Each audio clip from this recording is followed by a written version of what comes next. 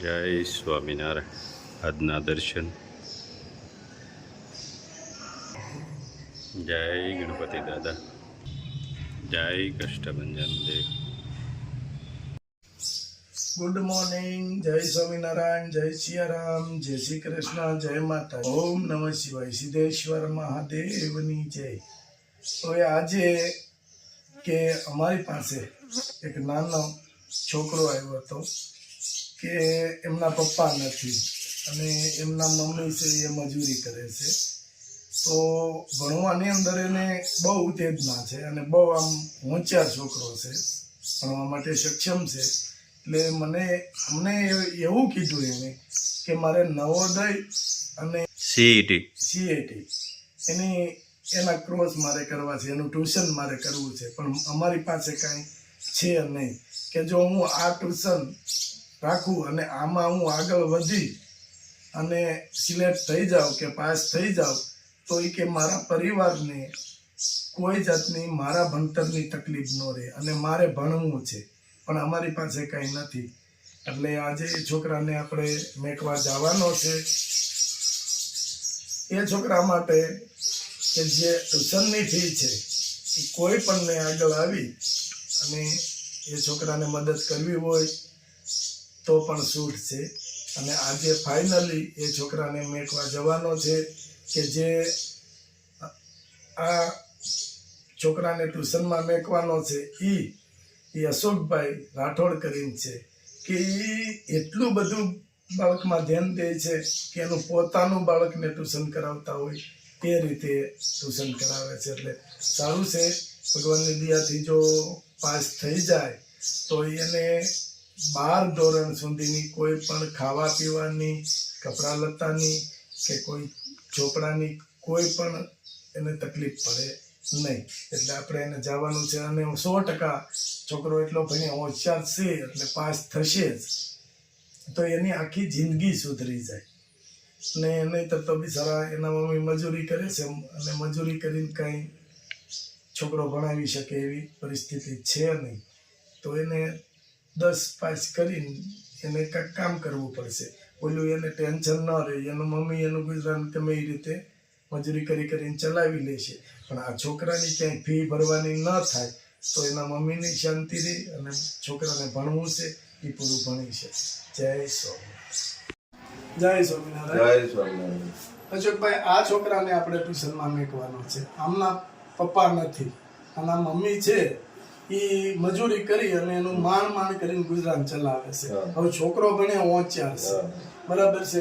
એટલે આને તમે ટ્રેન કરો તો એના મમ્મીને આના ભણતરની ઉપાધિ નો રહે જો આવી જાય તો, બરાબર. અને હોશિયાર છે, પાવરફુલ છોકરો છે, આપણે નાનેથી જોતા આવીએ છીએ.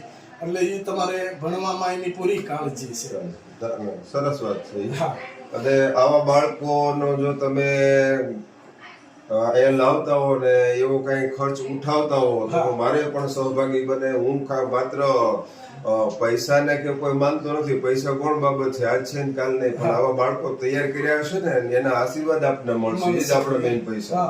કારણ કે આના પપ્પા નથી એટલે આની પાછળ કે કોઈ એવું નથી કે આને ભણાવી શકે, બરાબર. એટલે અમે એવો વિચાર કર્યો છે કે એવા જેટલા બાળકો થાય, 5 થાય કે 7 થાય કે 10 થાય, એવા બાળકોને અમારે તમારું નામ છે કે અશોકભાઈના ટ્યુશનમાં બેસ્ટ માં સરસ્વતીની કૃપા છે. એટલે અમે કીધું કે આ બાળકને અમારે અહીંયા મેકવો છે, આનું ભવિષ્ય આપણે સુધારવું છે. 100% અહીંયા આવશે અને નિયમિત લેસન કરશે એટલે આવા બાળકો સુધરશે અને તમને અને અમને અને દાતાશ્રીઓને બધાને આશીર્વાદ મળશે. અને આ બાળક પહેલું બાળક છે. હજી આગળ જતા એવા ઘણા બાળકો છે કે કેપેસિટી નથી એના પેરેન્ટ્સ પાસે, એના માવતર વિચારે છે કે મારે ક્યાં મૂકવું, બરાબર છે. કારણ કે ફી ભરવાની કેપેસિટી નથી, માંડ મજૂરી કરીને ગુજરાન ચલાવતું હોય. છોકરાઓ હોશિયાર છે, પાવરફુલ છે, પણ એના માવતર પાસે નથી.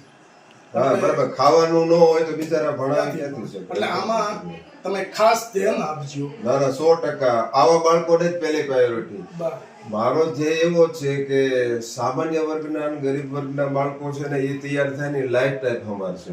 સરસ. બાકી રૂપિયાવાળા છે ને એ આપણને કોઈ ગાડી લઈને પસાર થઈ જાય કહેતા હતા કે આની પાસે હું ભણ્યો તો ખાલી, બાકી બીજું કોઈ માન સન્માન નહીં. અને આપણે 1 અને 2 વર્ષ ખાલી એને ધ્યાન આપી એટલે ભણે ત્યાં સુધી જો આપણે સીઈટી નવોદયમાં પાસ થાય પછી 1 રૂપિયાનો ખર્ચો 1 રૂપિયાનો ખર્ચો નથી થતો. એની માટે એના વાલીને 12 સુધી કમ્પ્લીટ બધી ગવર્મેન્ટ જો પાસ થાય તો ખર્ચો ઉઠાવે છે. બરાબર. ભગવાનની મહારાજની દયા હશે ને અશોકભાઈ, તો મારી પહેલેથી જ એ ઈચ્છા છે કે આવા બાળકોને બધાને અમે પોતે ટ્યુશન ચાલુ કરી અને તમારી જેવા શિક્ષક એને ટ્યુશન કરાવે અને ખર્ચો આપણે ઉપાડીએ એવી મારી પહેલેથી ઈચ્છા છે. તો ભગવાનની દયા હશે તો એ ઈચ્છા ભગવાન આપણી પૂરી કરે અને આવા બાળકોની જિંદગી સુધરે.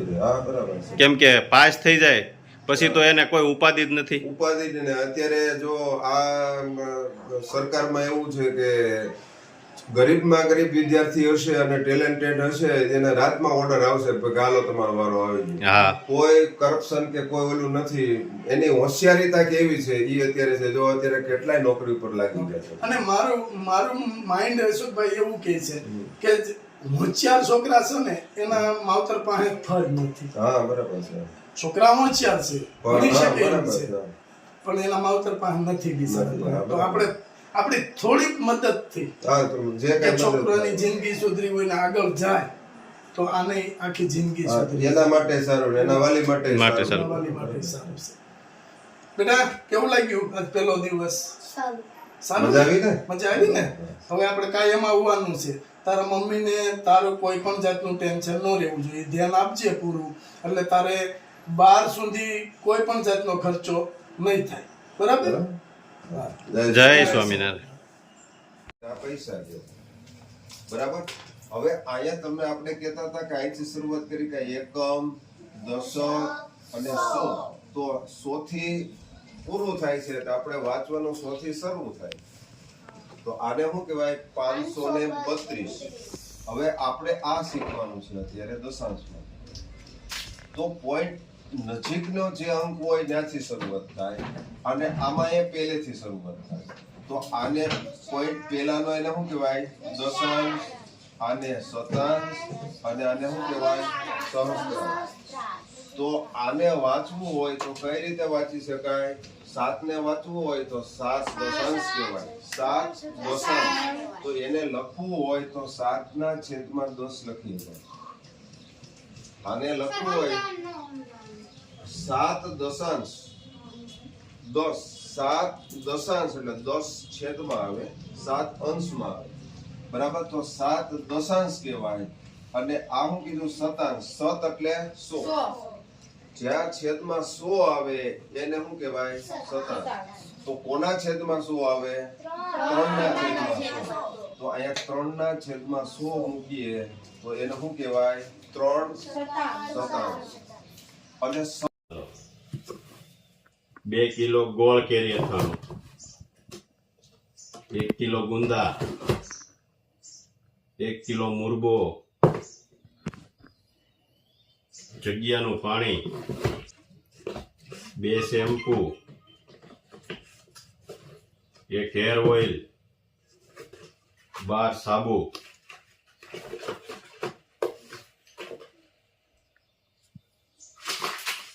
1 કિલો કોક. આ મજબૂત આવે. હા.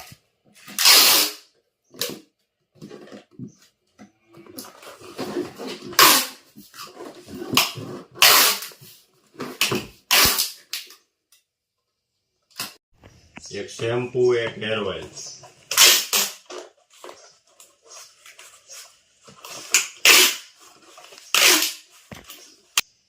દસ નીમ તુલસી સાબુ.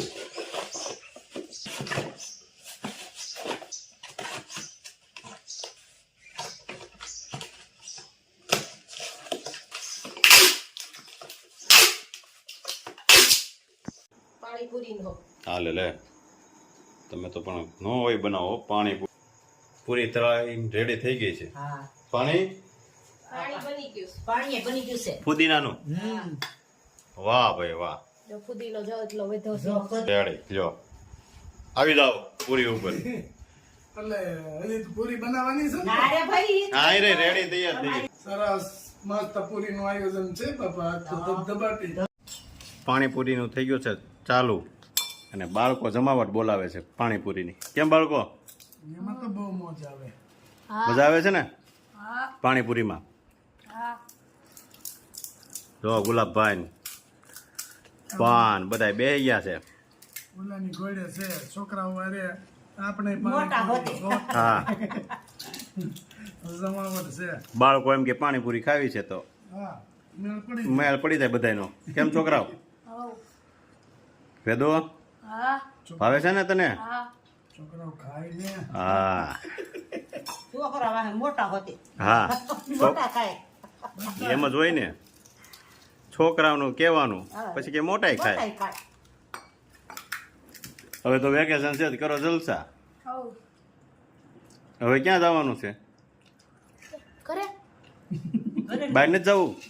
આપણે ગાંધીનગર સુરત સુરત જાવું જવાનું છે ને? તો પછી ત્યાંથી ગોવા વહી જવાય ને. કાશ્મીર વ્યૂ જોયું હમણાં ત્યાં ન જવાય. હે જવું છે? ના ના ઓ ભાઈ ઈ રેવાય. બિલકુલ રિક્સ નહીં લેના કેમ બની છે પૂરી? પૂરી તો હારી જ બને એ તો તમને અમને તો ખબર જ હોય. તમને તો બહુ ભાવ બધાની પૂરી. ઘરની હો બહારની નહીં હા બહારની નો ખાઈ ભાવે બાકી એમ હો મજા આવે જમાવટ છે. હે બાઈ પૂરી જ ભાવે હા અને પૂરી વાળાને લારીએ જોવે ને હા તો બાજુ જ હોય એ બાઈ અને પૂરી વાળો તો દેખાતો જ ન હોય. દેખાતો ન હોય બોલો તો આપણા ગામમાં છે એ તો હજી આમ આમ ઠક ઠક ઠક ઠક કરીને ભરી 5 પૂરી હા દીધી. દીદી ફુદીનાનું પાણી બને મસ્ત બનાવ્યું છે. શાક લેવા જાય બાઈ પેલા પાણીપુરી લાવ્યા પેલા જાય હા